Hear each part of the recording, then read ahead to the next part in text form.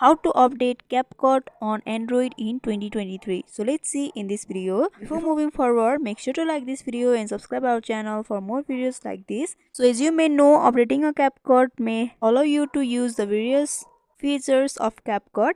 And sometimes if you are unable to use the trending templates of the Capcut, then you can simply update the Capcut on your phone and you'll be able to use that. So in order to update, you can simply go ahead to your Google Play Store, and from here you can search for Capcut app. After that, you'll be able to see the update option over here. You can simply tap on that and your Capcut will be updated. But if you're still unable to update the Capcut, then there may be problem in your Google Play Store.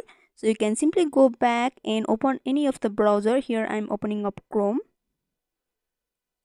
After that, tap on the search bar and search for Capcut download APK. After that, you'll be able to see the various links over here. Tap on the first link, and after that you can click on the download option over here and you'll be able to get the updated version of Capcut on your Android. So in this simple step, you can easily update Capcut on Android. So I hope this video was helpful. Don't forget to like, comment, share and subscribe our channel for more videos like this. Thank you for watching till the end.